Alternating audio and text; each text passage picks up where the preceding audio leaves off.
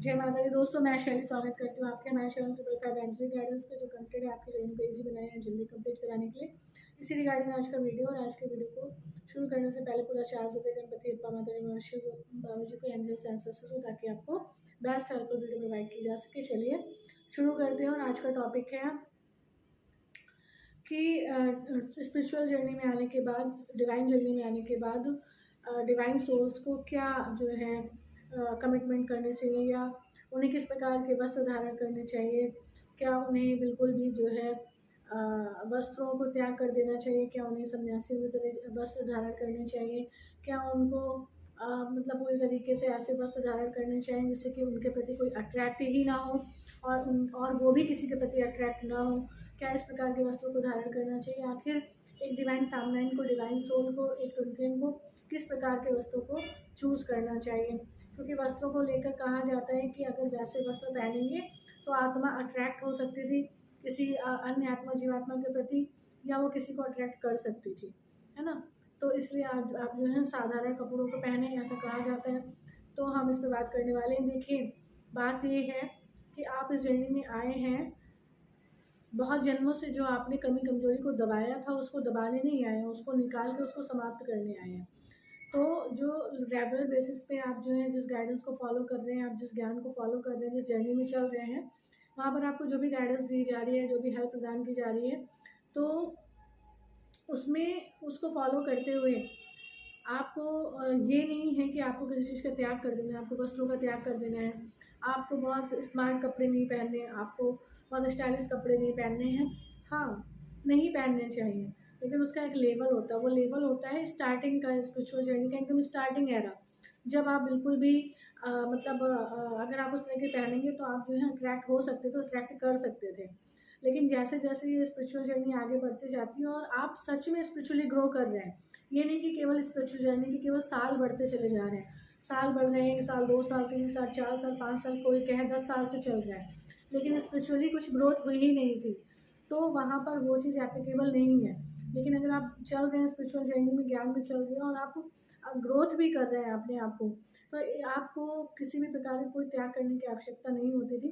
क्योंकि आत्मा को इतना दृढ़ और सक्षम बनाना होता है, इतना स्ट्रांग बनाना होता है, ताकि कोई भी बाह्य स्थिति, परिस्थिति या कुछ भी ऐसा आत्मा पे प्रभावकारी होने से परे रहे। क्योंकि हमें आत्मा को शक्तिशाली स्थिति में लेकर आना है, आत्मा को शक्तिशाली बनाना है, और आत्मा को निर्विकारी बनाना है।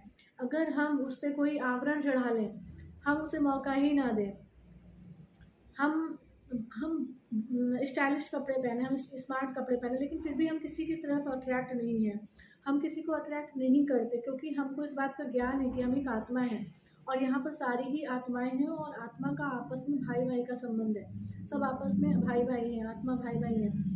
और बॉडी कॉन्शियसनेस में रह के, शरीर के भान में रहकर, आज तक किसी भी डिवाइन फैमिली, डिवाइन सोल ने, या किसी भी मैस्कुलाइन ने, या किसी शरीर ने, किसी देहधारी ने क्या ही पाया था जो अब अच्छे वस्त्रों को पहनकर, स्टाइलिश होकर और ऐसे कपड़ों को पहनकर वो कुछ किसी शरीर से धारी से या देहधारी से प्राप्त कर सकता था।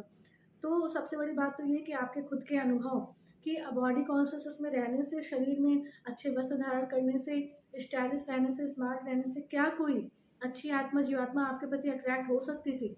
बिल्कुल भी नहीं। ऐसा नहीं हो सकता था। अट्रैक्ट तो वही होगा जो आपके अंदर एनर्जी होगी, है ना। और ऐसे ही जब एनर्जी को अट्रैक्ट किया था तो कितने दुख जीवन में आए थे।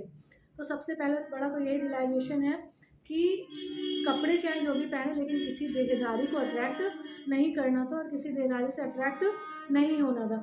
क्योंकि देहधारी से अट्रैक्ट होकर क्या पाया था वो पहले ही अनुभव कर चुके हैं, और यदि फिर किसी देहधारी को अट्रैक्ट करेंगे तो क्या ही पाएंगे। इसलिए आत्मा और शरीर को अलग करते हुए, अपने आप को सोल देखते हुए, सबको सोल देखते हुए, आप कैसे भी वस्त्र पहने कोई फ़र्क नहीं पड़ता। आपको अपनी सोल कॉन्शियसनेस में रहना होता है। सोल कॉन्शियसनेस में रहने का मतलब है कि अगर आप सोल कॉन्शियसनेस में हैं तो आप कुछ भी पहने हो, सामने वाला कुछ भी पहने हो, आप अट्रैक्ट नहीं हो सकते थे, और आप किसी को अट्रैक्ट नहीं हो सकते थे। लेकिन आप अंतर के शरीर में हो तो शरीर अ, अपना प्रयास करता है, लेकिन आपकी आत्मा अगर अत्यंत शक्तिशाली स्थिति में है तो वो अपने ज्ञान को धारण करके ये समझ जाएगी कि जिसके प्रति उसको अट्रैक्शन हो रहा था वो उसकी वो भी एक आत्मा है, और वो भी एक आत्मा भाई है, और वो भी भाई भाई का संबंध है। ठीक है। एक डिवाइन फेमिनाइन का जो है संबंध केवल डिवाइन मैस्कुलाइन के साथ, उसकी मैस्कुलिन एनर्जी के साथ होता है और डिवाइन के साथ होता है ना। लेकिन फिर भी ये चीज़ हमें डिवाइन मैस्कुलिन के साथ भी नहीं रखनी होती थी, हमें केवल डिवाइन के साथ ये चीज़ रखनी है, क्योंकि हमारी डिवाइन मैस्कुलिन एनर्जी भी शरीर में थी। तो हम किसी शरीर के प्रति कोई अट्रैक्शन नहीं रख सकते थे। तो हम कुछ भी पहने कोई फ़र्क नहीं पड़ता है, हम सोल कॉन्शियसनेस में स्थित होने चाहिए। ठीक है, तो ये आज की गाइडेंस और हेल्प थी। आई होप आपको हेल्प पसंद आई होगी, गाइडेंस पसंद आई होगी, हेल्प पसंद आई हो, वीडियो पसंद आई हो तो वीडियो को लाइक करिएगा एंड हमें सोल फैमिली 555 एंजलिक गाइडेंस को ज्वाइन करके नोटिफिकेशन बेल पर क्लिक करेगा। मिलते हैं अपने नेक्स्ट वीडियो में कुछ ऐसे tips tricks help and guidance के साथ जो आपकी जर्नी को ईजी बनाए एंड जल्दी कंप्लीट करें। टिल देन टेक केयर दोस्तों, love your self, love your divine and do your journey honestly. जय माता दी।